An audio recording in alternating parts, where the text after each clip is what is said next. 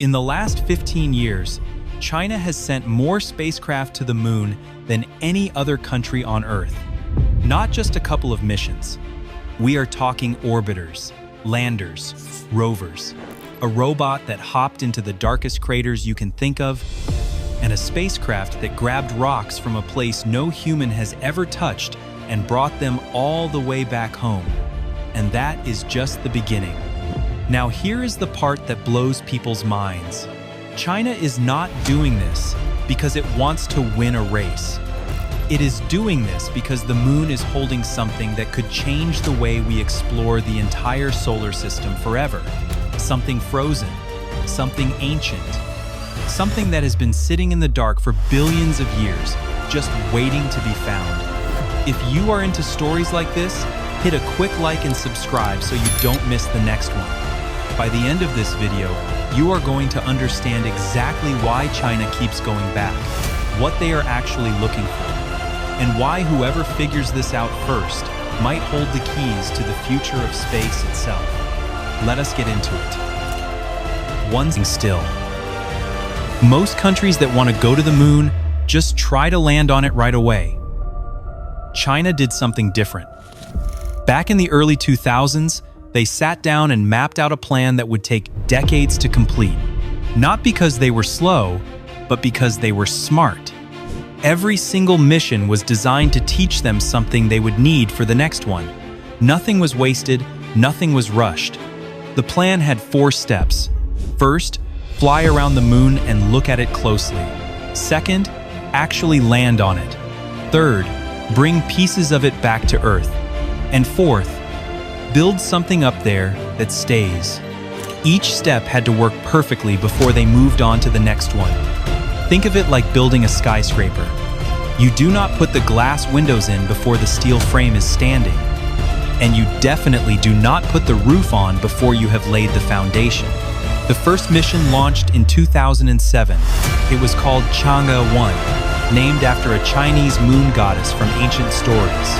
This spacecraft circled the moon for over a year and created some of the most detailed maps of the lunar surface ever made at the time. No dramatic landing, no human drama, just clean, precise data that scientists could actually use. The kind of data that engineers could stare at for years and slowly turn into a plan. 3 years later, Chang'e 2 made those maps even sharper. Scientists could now zoom in on craters, ridges, and mountain ranges and figure out exactly where it would be safe to land a spacecraft without it tipping over or sinking into loose soil. These missions did not make front-page news the way a rocket launch with astronauts would, but behind the scenes, they were doing something just as important. They were building a blueprint that would guide every single mission that came after. And what came after changed what we thought we knew about the moon entirely. The discovery that rewrote the textbooks. In 2013, China made its first real move. Chang'e 3 became the first spacecraft to land on the moon since the 1970s. Think about that. Nearly 4 decades had passed without a single soft landing on the lunar surface. And then, quietly and precisely, China did it. On board, the lander was a small robot rover called Yutu, which means jade rabbit in Chinese. It rolled off the lander, onto the gray, dusty surface, and got straight to work. Within days, Yutu found something unexpected: the rocks. They were different. For decades, everything scientists knew about moon rocks came from the Apollo missions. 12 astronauts had walked on the moon and brought back samples. And researchers had been studying those same samples ever since. They had built an entire picture of what the moon was made of based on those rocks. Textbooks were written, models were built, a whole scientific story was told. And that story, it turned out, was incomplete. Yutu's instruments analyzed the soil and nearby rocks and found a type of volcanic rock that did not match anything in the Apollo collection. The chemical fingerprint was different. The minerals were arranged differently. It was like finding a completely new recipe in a cookbook you thought you had already read cover to cover. What this told scientists was enormous. The moon is not one simple, uniform rock floating in space. It is geologically complex, with regions that formed through completely different processes in completely different eras. It had volcanic activity in areas that no mission had ever visited. And the regions Apollo landed in, those were just a small cluster of dots on a massive map that stretched millions of square miles in every direction. The moon we thought we knew was just a tiny piece of the real story, and the rest of the story had never been examined up close at all. So if the areas we had already explored were already surprising us, what else could possibly be hiding in the places we had never even looked? That question did not stay unanswered for long, landing where no one dared to go.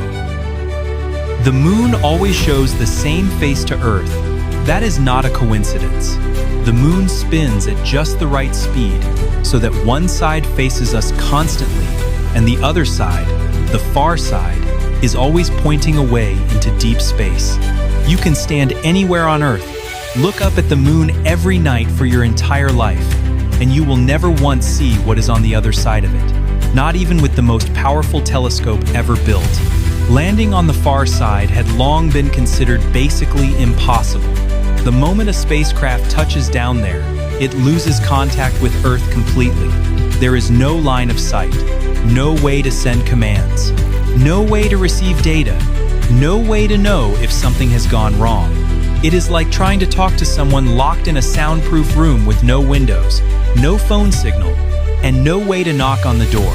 China solved this in one of the most elegant ways anyone had ever thought of. Before even launching the lander, they sent a small relay satellite and parked it in a carefully chosen orbit beyond the moon where it could see both the Earth and the far side at the same time. Now, signals could bounce between the lander and Earth through the satellite, like a trusted messenger running back and forth between two people who cannot see each other. Simple in theory, incredibly hard to execute. In 2019, Chang'e 4 landed in a crater called the South Pole Aitken Basin. This is one of the biggest impact craters in the entire solar system. It stretches more than 2,500 kilometers across. To put that into perspective, that single crater is roughly the size of Western Europe. Scientists believe it is so deep and so old that it may have punched all the way through the moon's outer layer and exposed material from deep inside the lunar interior, material that had been buried since the moon first formed. Then in 2024, Chang'e 6 did something even more astonishing. It did not just land on the far side. It landed, scooped up about 2 kilograms of ancient rock and soil, sealed it inside a container, fired a small rocket off the lunar surface into orbit, docked with a waiting spacecraft circling overhead, transferred the precious cargo, and flew it all the way back to Earth. Every single one of those steps had to work perfectly. None of them had ever been attempted from the far side before. The rocks that came back were about 2.8 billion years old and showed clear signs of volcanic activity far later than anyone had predicted. The moon did not go quiet as early as scientists believed. Its geological story ran much longer and much stranger than the textbooks had ever captured. And with each new sample, each new landing, each new rover, the picture kept getting more complicated and more fascinating. But here is the thing. As extraordinary as all of that was, it is still not the main event. The real prize China is chasing is at a completely different part of the moon entirely. What is hiding in the dark? Walk outside on a clear night and look at the moon. Now picture the very bottom of it, the South Pole. On Earth, the poles are cold and covered in ice. On the moon, the South Pole is something far stranger and far more extreme than anything you would expect. Because the moon barely tilts on its axis, sunlight hits the South Pole at a very low angle, grazing across the surface like a flashlight held nearly sideways. Some craters near the pole are so deep that the walls around them block out every ray of sunlight completely. Not for a day, not for a season, not for a century. Some of these craters have been in total darkness for more than 1 billion years. No light has touched their floors since long before any life existed on Earth. Inside those craters, the temperature drops to -200 degrees Celsius. That is colder than the surface of Pluto. It is one of the coldest natural environments in the entire solar system. But here is what makes that cold incredibly exciting. Scientists believe those freezing, pitch-black crater floors are storing frozen water ice. No light has touched their floors since long before any life existed on Earth. Over billions of years, comets and asteroids carrying water slammed into the moon. Most of that water burned off, evaporated, or drifted away into space. But in those permanently dark craters at the South Pole, the water had absolutely nowhere to go. It just stayed there, frozen solid, perfectly preserved for hundreds of millions of years, like food kept in the back of a freezer no one ever opens. Now think about what water actually means in space. Water is made of two things: oxygen and hydrogen. Oxygen is what astronauts breathe. Hydrogen is one of the most powerful rocket fuels we have ever developed. If you can dig up that ice, split it apart, and convert it into breathable air and usable fuel, then the moon stops being just a destination. It becomes a gas station, a supply depot, a giant fueling hub sitting right next to Earth, ready to send spacecraft deeper into the solar system without having to haul all that heavy, expensive fuel up from Earth's surface. Getting anything off the ground on Earth costs a staggering amount of money because our planet's gravity is so strong. The moon's gravity is only about 1/6 of Earth's. Launching fuel from the moon into space would cost a fraction of what it costs from home. Future missions heading to Mars, or to the moons of Jupiter, or even further out, could stop at the moon, fill up, and continue onward. The moon could become the world's first off-planet supply station, and whoever builds it first will have a head start on everything that comes after it for generations. This is why the South Pole matters. This is the real reason China keeps going back, mission after mission, year after year. The robot that jumps into darkness. To actually find and confirm that water ice, you cannot just orbit above and make educated guesses. You have to go into those dark craters directly.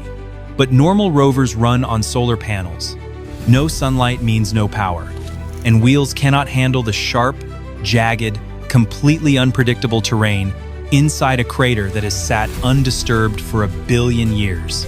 China's answer to this problem is a mission called Chang'e 7, currently planned for launch in 2026. It is the most technically ambitious lunar mission China has ever attempted, and it comes with something that has never been used before in the history of lunar exploration. A small robot that can jump. Instead of slowly rolling across the surface on wheels, this hopping probe can leap directly into the permanently shadowed craters. It carries instruments that can detect water molecules in the air and soil, sniff out hydrogen signatures, and analyze frozen deposits embedded deep in the ground. It goes in, does its work, and gets out of places that would destroy a standard rover within minutes. Think of it like sending a frog into a dark cave instead of trying to drive a car down there. Nimble, fast, and built for a place where nothing else can go. The full Chang'e 7 mission also includes an orbiter circling the South Pole region from high above, mapping the terrain and relaying signals back to Earth. A lander will touch down on stable ground near the pole. From there, a rover will drive across the surface, studying the soil composition and scouting targets for the hopping probe. All 4 components work together as a single coordinated team, constantly feeding information to each other and back to the scientists waiting on Earth. If Chang'e 7 returns with clear confirmation of large water ice deposits sitting in those ancient craters, it would rank among the most important discoveries in the history of space exploration.